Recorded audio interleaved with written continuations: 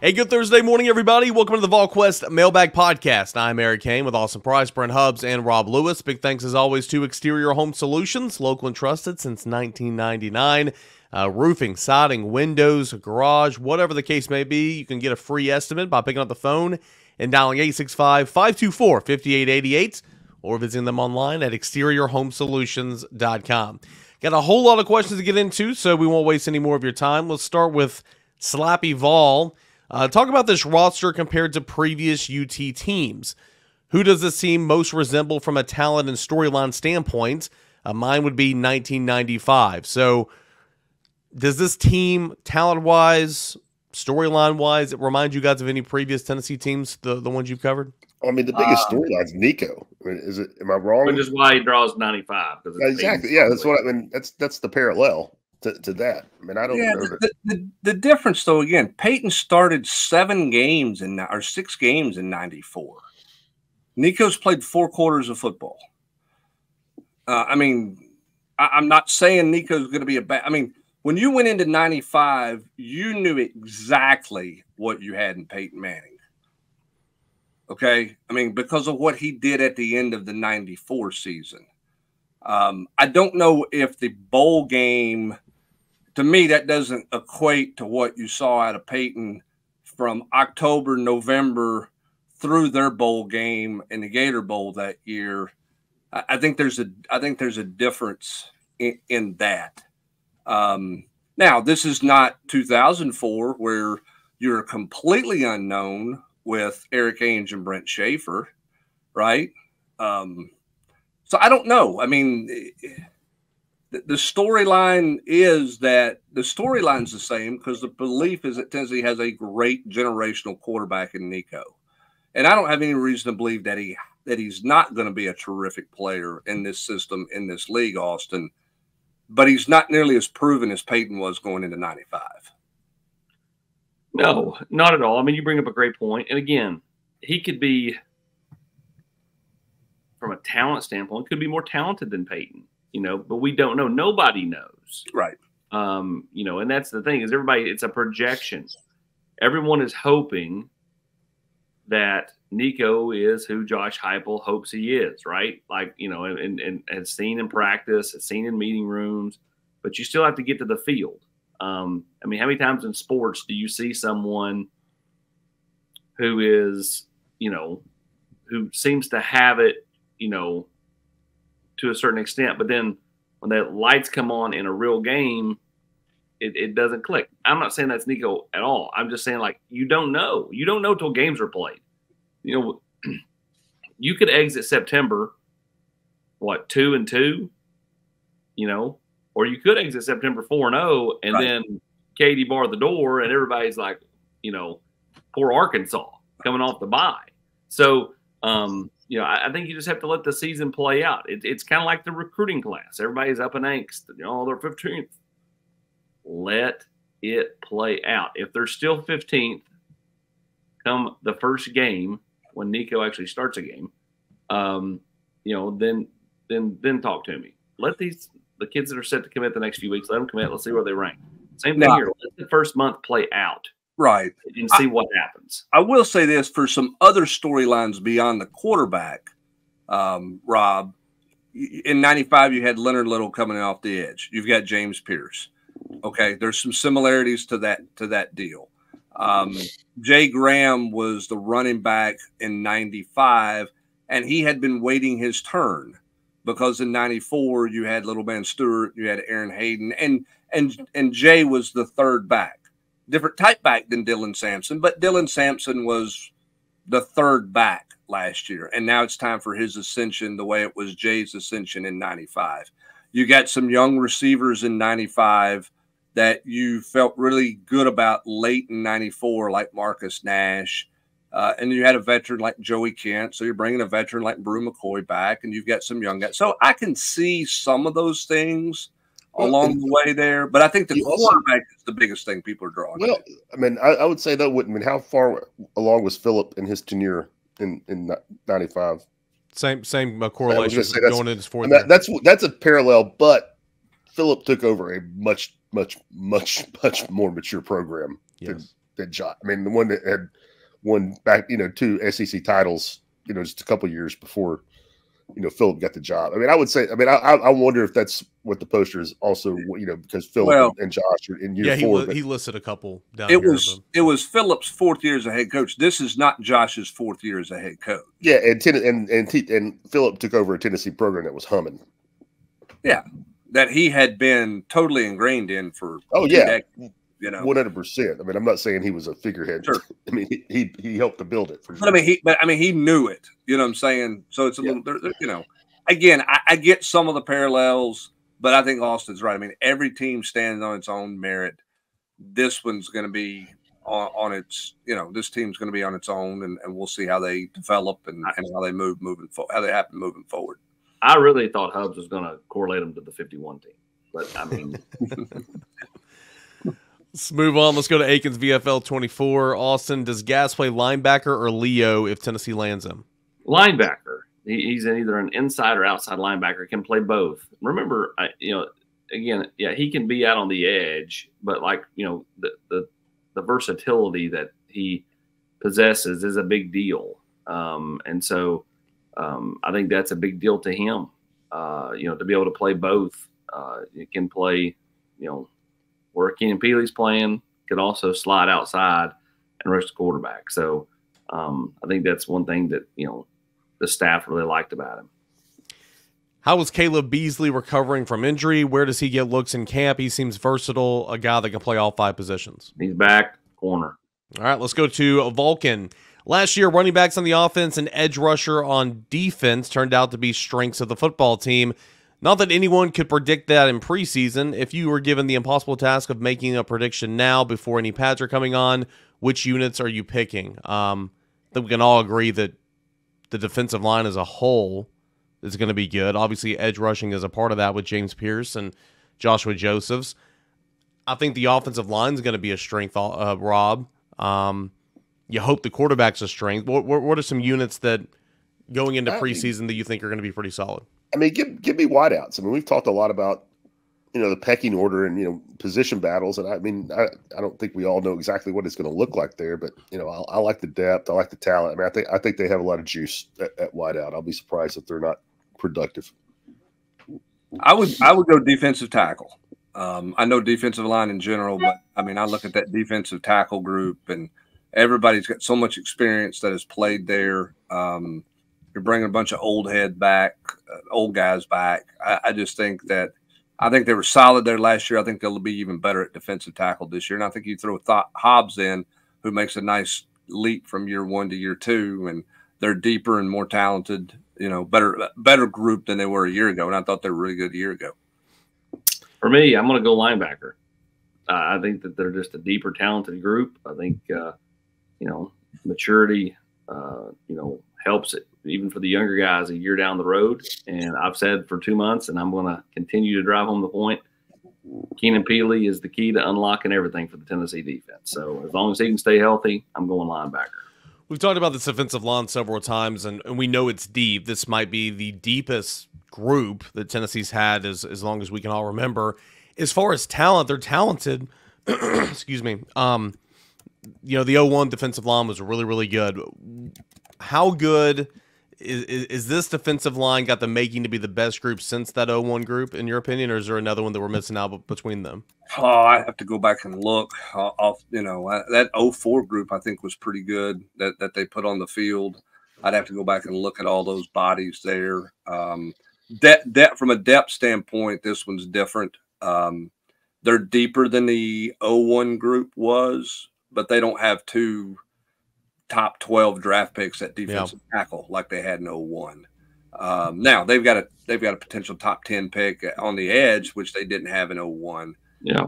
But I mean, lining up, the thing about 01, they lined up with 2 true defensive tackles that were essentially lottery picks in the NFL draft, right? They were top 12 picks in John Henderson and Albert Haynesworth.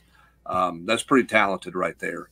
And they had a lot of they had a lot of other pieces around that too. So, but I think across the board, outside and inside, this group is deeper. But they don't have one of those studs on the inside like they had with Henderson and Haynesworth. Let's go now to JRockUT. How do you judge grade Coach Joey Halzle to this point, and having Joe Milton as QB1 make it unfair to judge Halzle just yet, Rob Lewis? Yes. 100. I mean, I don't 100%. Yes. I mean, in fact, I mean, I think you might. This is maybe not tonight. I mean, I think I'm kind of impressed with Halzle as a quarterback based on his work last year. I would say that. Are you asking as a play caller? Or are you asking as a quarterback developer? As a quarterback developer, I think his resume is out there because of what Hendon Hooker did for you in his first 2 years, Joey's first 2 years at Tennessee, and the growth Hendon Hooker made in 21 to 22 from a quarterback development guy. If you're asking about a play caller, then you know, I think there'll be a growth step there, and I think they'll do some different things play calling wise because they're different at the quarterback position. But I think Joey's probably still learning. I mean, I know he's still learning as a play caller, right? I know Josh Heupel's heavily involved there, but there's still some learning that Joey's doing there. But if you're asking about pure quarterback development, I think he's got a pretty good resume with what he did with Hendon Hooker. I think that says a lot about what he did as a developer. We'll go to Dirk Digler. Would y'all consider Tennessee baseball to be the so-called cool school for baseball players? I think Tennessee and TV are headed towards college baseball dynasty. I've never felt so confident about a coach in my life. There's just that feeling in the air about Tennessee baseball. It's unstoppable and will be for a very long time. Austin, I think Tennessee's definitely the cool school for Tennessee for baseball players, and I think they have been for a couple of years because number one, you win.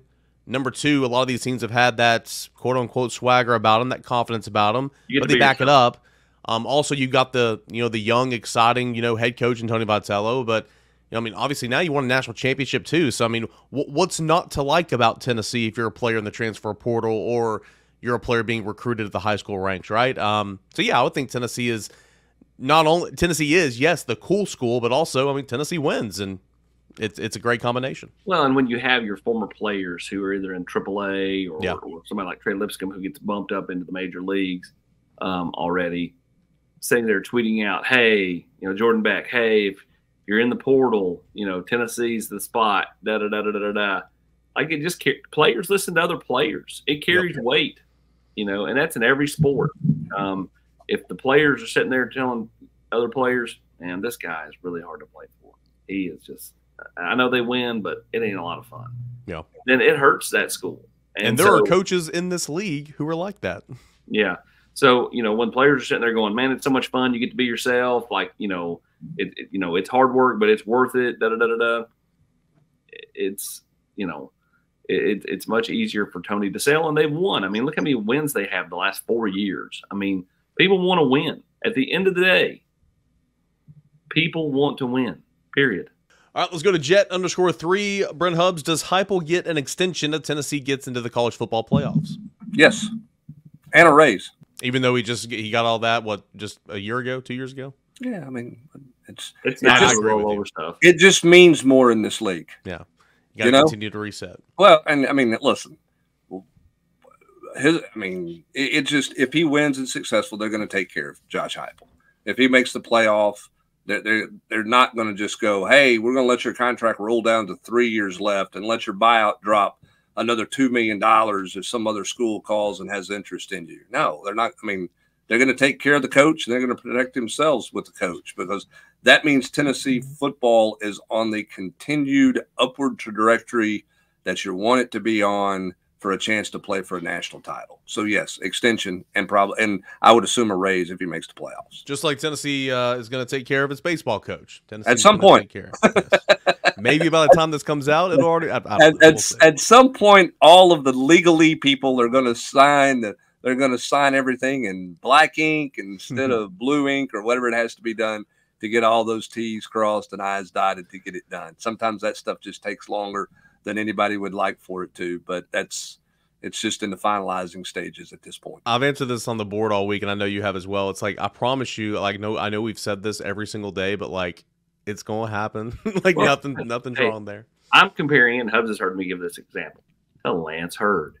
When I kept saying, it's fine, and the kid never did commit. They were all freaking out. It's fine. I mean, guys, who's going to hire him? Like, come on. I mean, like, the thing's done. It's just, again, let the legal people do what the legal people do. And normally it's getting a few extra hours of legal expenses. So let them do it. Let's go to ThatVolGuy. I've been meaning to ask this for a couple of weeks now, but do y'all get the sense that the baseball team winning the title could be a breakthrough or watershed moment for the athletic department as a whole, like shaking off the championship rust a little bit? It feels like it won't happen for us mentality had negated Tennessee sports for a while, so I'm wondering about the positive ripple effects for a baseball title. Rob, I mean, Danny White pretty much said, like, after they won, I know he was on cloud nine, but he's like, this is just the start. There's going to be more and all that type of stuff. But anything to this, like one team breaking through finally, can that have an effect on a basketball team, a football team, a ladies ball team? I mean, I don't think so. I mean, I don't want to, throw cold water on it. I think we've all talked and written and a ton about, all the positive vibes in the athletic department. And I mean, I guess, maybe, there's definitely some stuff behind the scenes, but I don't see how football football's been great before when basketball has been terrible. Basketball's been really good before when, football and baseball have been terrible. So no, I don't think there's any correlation, or there never has been in the past. Here's the other thing too. And this is a reminder. And again, I'm with you, Rob. I'm not pouring cold water on you. It's really hard to win. And in any sport. Right? I mean, in basketball, sometimes you've got to have a fluke deal. You've got to survive a game in a tournament where you don't play your best, or you got to have the matchups got to go your way, or the bracket. I mean, Tennessee to me was a Final Four caliber, Final Four worthy team. They just played another Final Four team a week earlier. That's sometimes happens when your bracket goes completely chalk. It stays the way it's supposed to. There are other times the bracket bust wide open, and you say, "Hey, all right, you got an easy walk in or easier walk into it." Football's, think about this, Austin. Football's going to get hard to win. Used to it was like, can you just get in the game and you got to win one game? Now you got to get in the playoffs and can you win 3 games? In the playoffs, and so it's hard to do. I think that all sports are in a good spot. I think the athletic department's in a great spot.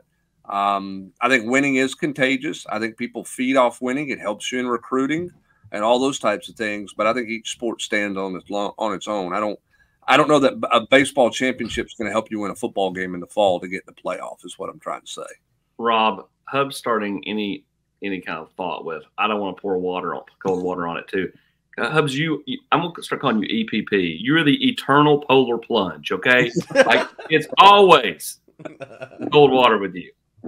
I know. I've just been really negative for 20 minutes here, so I've not been very nice. So I've got to get. There's one guy walking around wherever he's at with no head.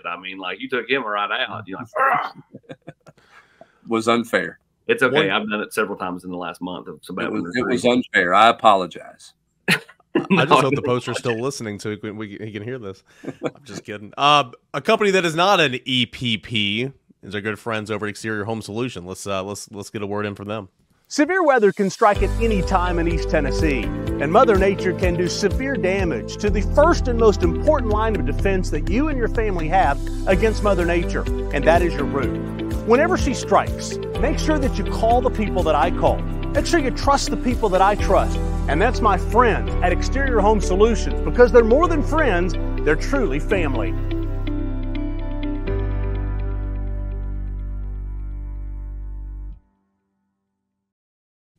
Couldn't do this without our friends, Exterior Home Solutions. That phone number is 865-524-5888. You can visit them online at exteriorhomesolutions.com. If you have a need to upgrade your home, to repair your home, to remodel your home, whatever that is, garage, siding, roofing, decking, whatever, contact Exterior Home Solutions today.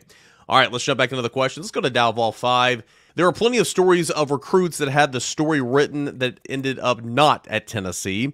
What about coaches? I've heard that Dave Aranda was basically a done deal under Butch Jones. Any statute of limitations? Can you share anything in that regard? However, that one was done until he walked back in after the bowl game and saw, I'm going to LSU. Yeah, that one was done. Kevin Steele to Tennessee as a defensive coordinator was done until he gave up 63 in a bowl game, and I think some people talked Dirk Dooley out of making that hire, and they ended up with Sal Sinceri, which obviously didn't go very well. But that one was done. And Shiano, the greatest of them all. Shiano, the greatest one of them all, was done. Kyle Whittingham wasn't done. It was close and could have been done, but it never got to the point of being done before they went to Derek Dooley and that coaching hire. Mike White was about done in basketball. Yeah, he was when he was at Louisiana Tech, right? Before the Donnie Tyndall. Yeah, that one was almost done. Thought that one was going to get done. And just look at the chain of events. I mean, Charlie Strong was done. I mean, until he decided not to let the plane take off. I mean, Tennessee was up there with the contract and the plane running on the runway. And was that the same Kyle? Was that also the Kyle Whittingham year? Same coaching search? No, that was the Butch Jones search, which was Charlie Strong, because they went Charlie Strong, and then they Dave Hart flew into Stillwater and drove straight to Mike Gundy's front door and knocked on the door and said, "Hey, let's have a conversation." They went in and interviewed him in his house, and he said, "Hold on, I'm trying to judge the level of alcohol I've got in my blood right now." And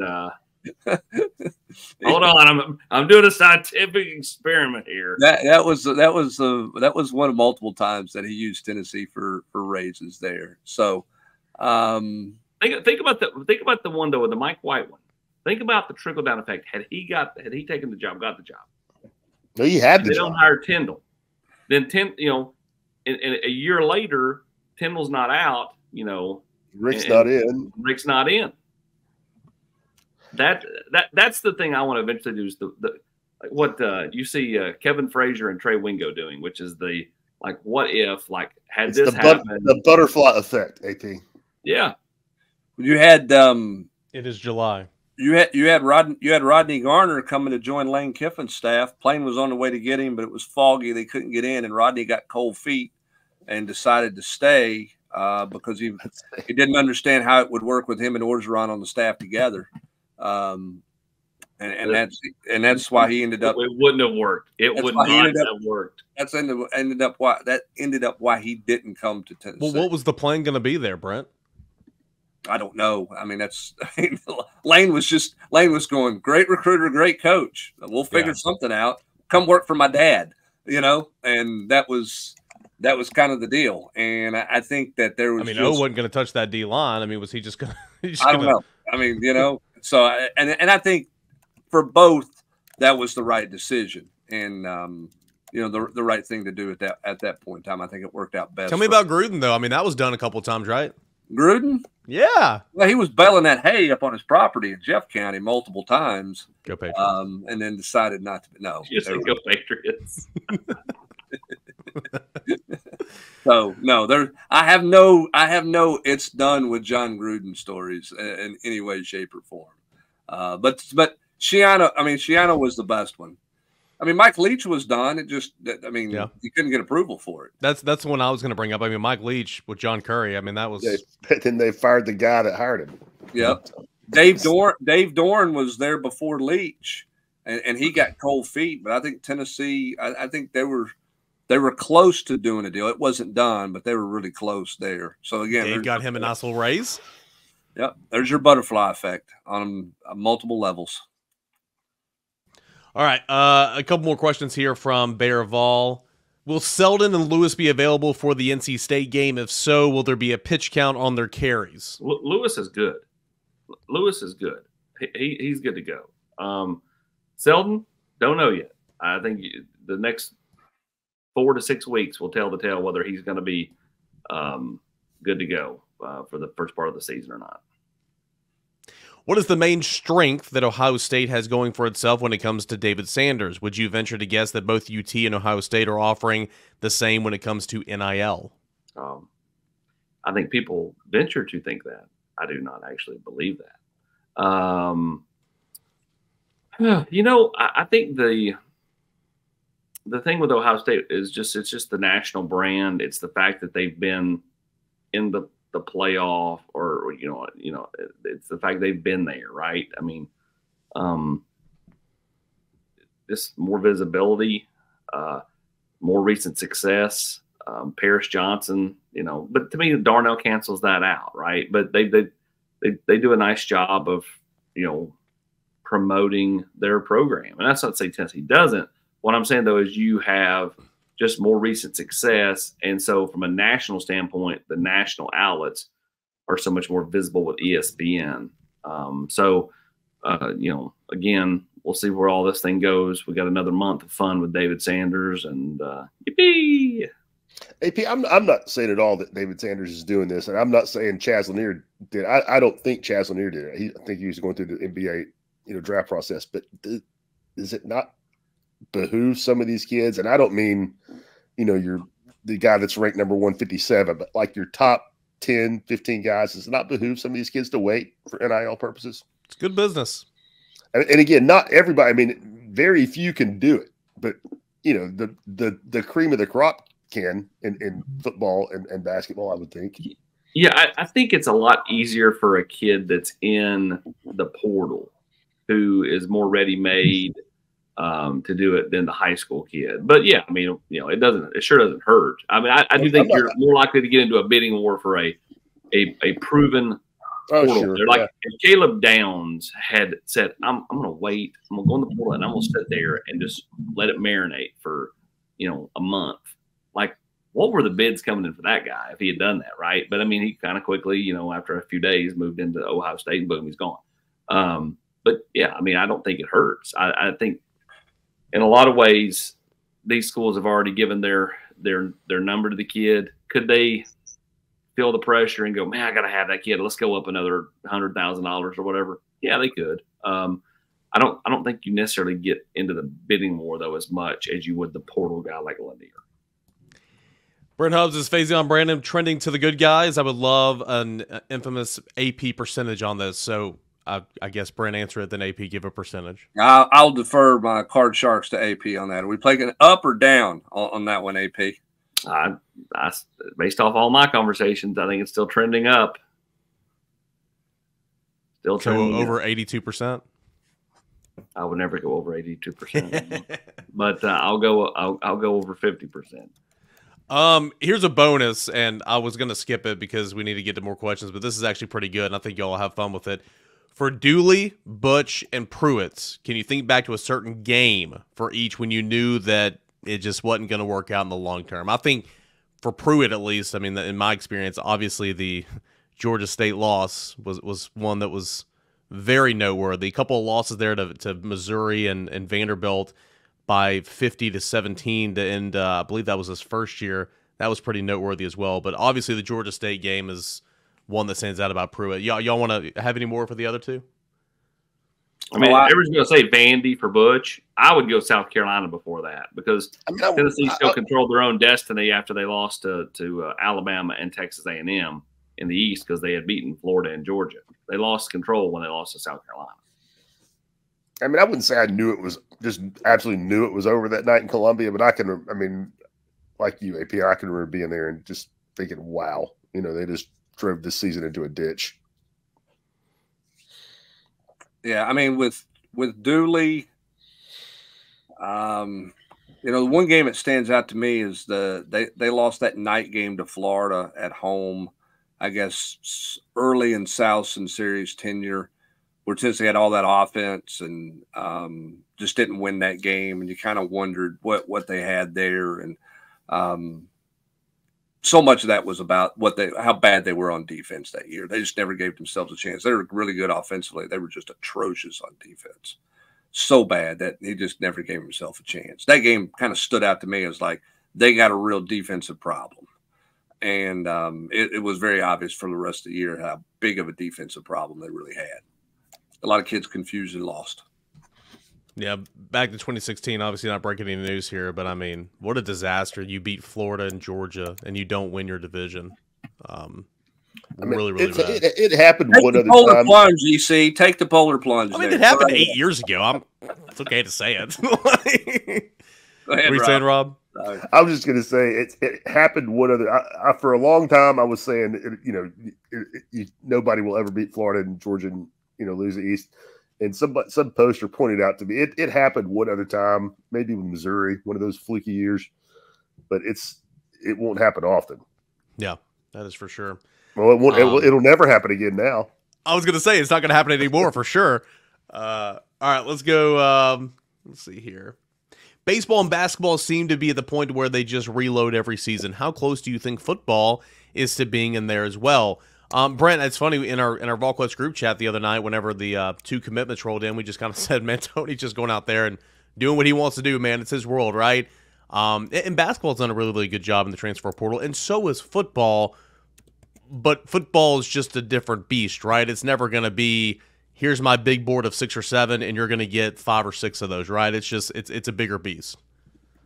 Yeah, I mean, it's different. I mean, I think everybody's commitment level to football is all high across the board. I don't know that you can say everybody's baseball commitment level is equal. Sorry to cut you off here, but like in the baseball portal, like all these, Kate Fishers and Andrew Fisher, Liam Doyle, Anthony Ianson right now, like all these guys that Tennessee's been in on, it's the same teams. It's Tennessee, it's Florida, it's Texas, it's A&M, it's Wake, and it's LSU. It's 6 teams. Like it's the same 6 teams for everybody, it feels like. So you're right, that goes back to the commitment. Not everybody across the board is, committing to their baseball programs like everybody is in football. Yeah, and in basketball, one player makes such a total difference. I mean, you hit on the right transfer or you hit on the right high school player in basketball, Robin, it is truly season changing. Whereas outside of the quarterback position, I don't know that there's anything in football that you say, okay, that guy's going to be worth X number of wins. Where in basketball, you can have that. So every sport's a little bit different that way. I don't know that you ever get to the point in football where you just say you're completely reloading every year. But you want to get to the point where you're just filling small holes and not filling large gaps at multiple positions like Tennessee has been doing for so many years. Let's go to GroverLevy. Doug Mathews mentioned on Big Orange Sunday, this past Sunday, that Tennessee had 15 or 16 public commitments. It's 16. As well as several private commitments, and that in some incidences, coaches have asked the recruits to hold off on making an announcement so they can stagger them. Without getting into specifics, do you believe that to be the case with this class, Austin Price? Buddy, there are some guys that have told Tennessee they're in, but Tennessee's not asked anybody. Hold off. Stagger it. No. If you know the head coach here, he wants them in now. He does not like when they wait, but he's also not going to be this bull in the china shop that says you have to get in or you lose your spot like some coaches do. So, he just lets them do their thing, but, he wants them in now. So, yeah, there are some players that have told Tennessee they're in. That's 1,000% accurate. But asking them to stagger these announcements, no. Josh Heupel wants them in 3 weeks ago. And there's been some guys who have said that they're in, they've waited and waited, and then they're actually not in. That's happened in this class. It happens all the time in recruiting. So it's reiterating your point. If you want to get in.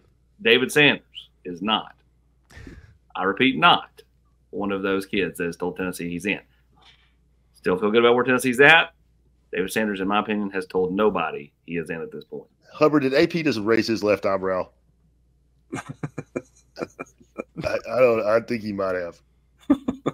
Is that Max in his lap? I don't know. I did not see a wink. And AP's right. David Sanders has not told anybody anything, in my opinion. I agree with that 100%. Let's go to Seth Daddy 21 with us looking to be in a good spot for Travis Smith. Does that have any effect on Juan Gaston? No, I do not believe one affects the other at all. With Georgia taking 7 offensive linemen last year and looking at taking 4+ this year, does that give Gaston some doubts about Georgia? I mean, if I were Tennessee, I'd hammer that home. They should, exactly. I mean, if you're a good recruiter, you're like, look at this graphic On3 put out there, Yeah, I would hammer it home. I mean, I don't know. And of all the recruits in this class that Tennessee's involved with, so I'm not going to say all the recruits around the country, but of all the recruits Tennessee's involved with, I don't think anybody has any feel for Juan Gaston. Am I wrong, AP? I don't think they have a feel for Juan Gaston. Now, did they talk to people in the family and they have a kind of a feel for that? Maybe. But, like, I still think, you know, everybody says Georgia. I probably lean Georgia too because that was what makes sense. Mm-hmm. But, again, I think if you're just trying to read tea leaves here, what tea leaves are you reading with Juan? I mean, like, he doesn't speak. Let's go to Forever Faithful. I want a football, and then I want Rob to answer it from a basketball perspective, if you would. What is one recruiting rule change at the second place that has bettered the recruiting process and one that has made it worse? I know there's plenty of examples in football, so Brent, go ahead. You want Rob to go first or me to go first? Rob, go ahead in basketball. I mean, I think just loosen. I mean, there haven't been any drastic changes, you know, recently in my mind in recruiting. You know, they mean for the players, for the coaches. I mean, coaches. I mean, it's been a while, but they loosened up evaluation windows. You know, and that, I mean, that has been a while back. But I would say that's, you know, was significant when it happened, like giving them more time on the road, so you didn't have to. You know, I guess giving them more time on the road to see kids playing outside of their, you know, their high school programs. But that's not been recent. I mean, I can't think of anything I would call a watershed thing recently. I'll tell you two rules in both sports that I thought would have an effect but didn't. The notion in basketball that you can take multiple official visits to the same school your junior and your senior year. So you can take a visit to Tennessee as a junior and again as a senior. Thought maybe that would have a deal. I don't think that's been a thing at all in terms of they stopped it. But they've changed that rule back. They changed it back. That's how right you are, Hubbard. That's how ineffective. That's how little different. Nothing went there. And then in the football side, Austin, when it came out, you could take as many official visits as you wanted. And everybody's like, these kids are going to take 15, 20 visits out there. I mean, is really anybody using more than 5? There are a few. Not many, though. But you're right. Not many. There are a few. But here's the deal. At the end of the day, the ones that are taking 1 billion official visits are ones don't, in my opinion, based off the ones I've seen, you know, don't have the parent involvement. Like it's kind of they're calling their shot. They're the ones doing it. The ones that have parents involved, the parents have jobs. Right. The parents get tired. Eventually, like even after 3 or 4, before you can get to 5, parents are like, I've had enough. Pick, you know. Yeah. And so because guess what? That's just the officials, man. How many times look at David Sanders and his family. I think have done the best job of cocooning that kid. Like he's getting to be a kid. They are taking all the bullets. Like I think they've done a fantastic job. But those people, those poor people, they're sweet people. The mom and dad, they've been on the road since are they ever home? I mean, like they have made it where he is so well educated about this whole thing. But like they have sacrificed for him a lot to go and just be on the road every weekend. Because it's not like David is just the only person in that family. David's got a bunch of younger siblings and sisters and stuff. Like they've made a real sacrifice. So I think what happens a lot of times is you get, you know, the families that are involved, they're just like, I'm done. Like, and then I think that's why you've not seen a ton of kids take 9, 10 visits instead of, you know, they just take 4 or 5 and be done. Let's go next to TPSReports. I've heard a couple of people describe neutral site games as beneficial for recruiting. How does it really help? Is it just an easier unofficial visit for prospects in the area? I don't think it's beneficial for recruiting. I think it's beneficial for the athletic departments because these neutral site cities pay, you know, the athletic departments a chunk of money to come there and play a game. I don't think it helps out in recruiting at all. To me, it's more of a nuisance. The A-Dog wants to know, Tennessee seems to be going up against the Georgias, the Ohio States, the Alabamas more this cycle as opposed to the Auburns and the Floridas. Is that's a reason recruiting is kind of reaching a higher caliber of player, or is it just how it worked out this time around? Just how it worked out this time around. And Tennessee's become more stable as a football program, Hubs. So a little bit of both. When you're more stable, you're going to recruit against better schools and more proven winning schools the last several years. And that's certainly what it feels like. Well, and remember this too. you're not just recruiting this class the last 6 months, 7 months. You've been laying foundational work with these guys since basically you arrived on campus, right? So your first couple of years here, they're all like, well, I don't know, Tennessee, whatever. Then in 22, you have a good year, and then all of a sudden that sophomore in 22 has interest that he would not have had 2 years earlier when Tennessee wasn't the sophomore 2 years earlier didn't have a whole lot of interest. So I think because of Tennessee's success, it's not just for this class. I think it's a building effect because it got these guys' attentions when they're sophomores. If you're a wide receiver and you were a young wide receiver, you probably were noticing. I mean, you probably saw some Jalen Hyatt highlights, right? So when it comes up to your time to be recruited, guess what? You have some interest in Tennessee because you remember what Jalen Hyatt did against Alabama, right? I mean, Austin, don't you think Travis Smith probably didn't have to be told this spring, hey, here's what Jalen Hyatt did? He probably saw those highlights when he was a young football player that said, hey, I kind of like this offense Tennessee's got going with this guy. Maybe I can fit in there. I want to learn more about it. So I think that's part of why you're seeing some elevation in recruiting as well. And some of those guys were actually here that night as like freshmen and sophomores. Yep, they were. We got a couple more here. We're going to try to run through. Let's start with Weltley for life. How is Cam Seldon coming along? When is his expectation of first contact? I don't think we know the answer to that. Right? No, we don't know the answer to that. He feels good, but that's going to be the medical people, and we'll see where they're at with that one. Brent Hubbs, Brew McCoy, full go for preseason, or does he still have some restrictions? Brew told me he was full go. He needed to get back into the fire. He needed to get contact. He will have some fights with trainers on his hands because they're going to monitor all of that. They're going to try to have him on a run count, a pitch count a little bit. So will he be limited? Will he have a maintenance day here and there? Sure, he will, much against what he would like. But Brew's going to be smart about it. But he made it very clear to me that he's going in fall camp. He's not going to stand on the sideline, and the first action he gets is against Chattanooga. He wants to get some contact. He wants to get some scrimmage work and get back going. Rob Lewis, if Tennessee wins 2 of 3 from Georgia, Alabama, and Oklahoma, is Tennessee in the playoff? Yeah. I mean, barring an absolute, Butch Jones level disaster, they will be. 901 VFL says, tell me why, not the song, tell me why I shouldn't be worried about I safety. did that too. That's hilarious. I almost sung it. Tell me why I should. No singing on this podcast. Shouldn't be worried about safety recruiting. Seems like it's consistently our weakest spot on defense.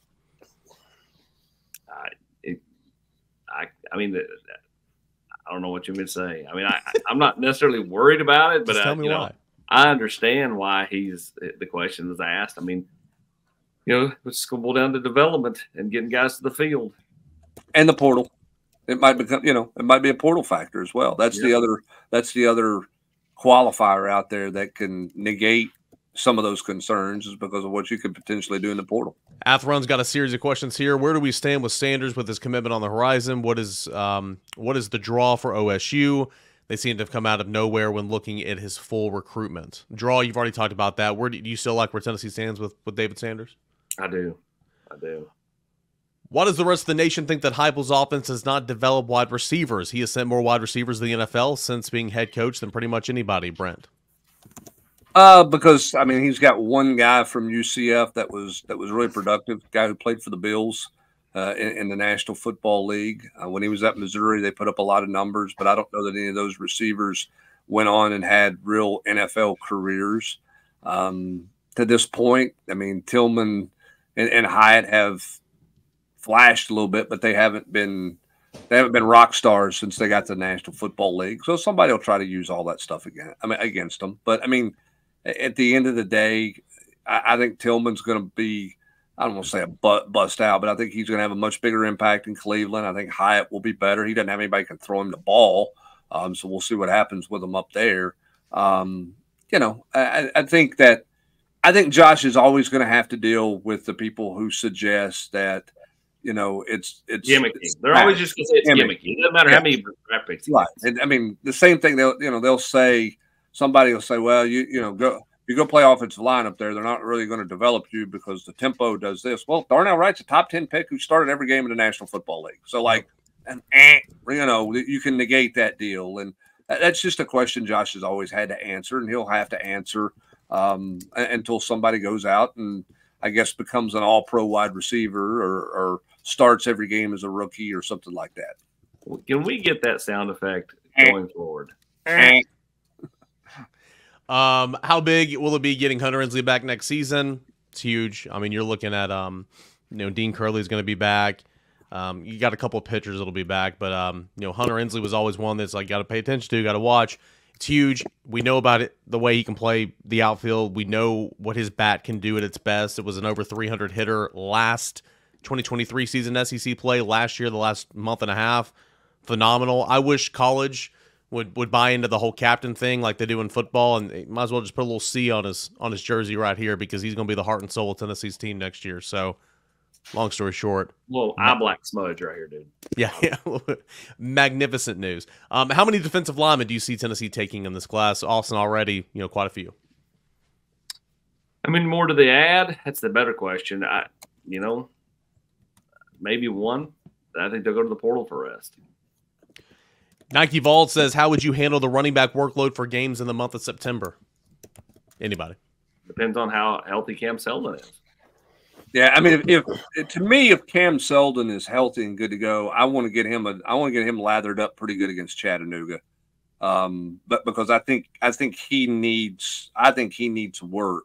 I think he's really talented, but he played in the bowl game a good bit. But all the rest of it's kind of been mop up stuff. But I would want to get.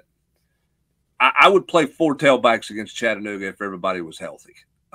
If it were me. Just to make sure Deshaun Bishop's ready in case you need him, right? AP, yes, and then we'll see where you want to get Peyton Lewis some stuff. So I think you got a pretty heavy rotation. I don't think anybody's walking out of the Chattanooga game with 20 carries or 22 carries. I don't think you want to play that. I think you want to balance that out with those 4 guys as much as you can against Chattanooga. Rob Lewis, I feel best about the defensive line and the blank going into fall camp. Still going with wide receivers? I mean, I don't. Again, let me stress. I don't think they're a lock, but you got to love Brew. I think you got Squirrel. I think is underrated, as we talked about. But to be honest, I mean, this may sound silly. I feel best about quarterback outside of defensive line. I'll drive the hot train. I don't care. I think he's gonna be fantastic. And you're most concerned about, I would imagine, the safeties or the this secondary. Yeah. This second, and that's not because I don't think they have players. I just think we just have to see it. I mean, I think we've talked, and Hubbard's written a million, position previews and spring practice, reviews, and I think they have talent, way more talent in the secondary than they have, way more athletic. But you just have to see it. I mean, I wouldn't say that's a huge worry, but you still have to see it. Last one goes to Austin Price. It's from, I believe, I Can Vol. Perlotte and Gass seem to be Vol leans as of now. If Tennessee gets them both, are they done at linebacker? Yes, they are done at linebacker if they land both. And we are done here for the Volquest Mailbag podcast. Really do appreciate everybody submitting their questions. Rolled through a bunch here today. Still didn't get all of them, and I apologize for that. But good questions, good conversation, and good people over at Exterior Home Solutions. 865-524-5888. Online at exteriorhomesolutions.com. They're local and trusted. They can help you as well. They help us here on the Volquest podcast. A lot going on over on the website right now. Plenty of baseball in the transfer portal. Major League Baseball draft starting on Sunday nights. We'll be watching and following along and hopefully connecting with some of the signees and all that type of stuff over the 3-day period. So you'll have that. Recruiting never sleeps. Tons of stuff going on right now at Volquest.com, Brent Hubbs, and plus it's gearing up for football starting here in a couple of weeks. Yeah, we got opponent previews will continue. Obviously, we're tracking recruits. There's several guys slated to make their decisions this month. Those will get cranked up with some of that stuff. We'll keep close tabs on that. Position previews are coming out. And, you're less than 3 weeks from football practice. 20 days from today. 20 days from today, Tennessee is on the practice field. So if you're bored, just hang on a little bit longer. You got 20 days and you're going to be there. But you don't want to miss out on anything we're going to give you building up to the start of camp in 20 days. Rob is so excited. He's just topping away about the season coming up. Yeah. You can hear Thanks, him here. Steve. He's just so pumped up. All right. Appreciate you guys, as always, for making us part of your morning routine. For Austin Price, Rob Lewis, Brent Hubbs, I'm Eric Kane. This has been the Volquest Mailbag Podcast.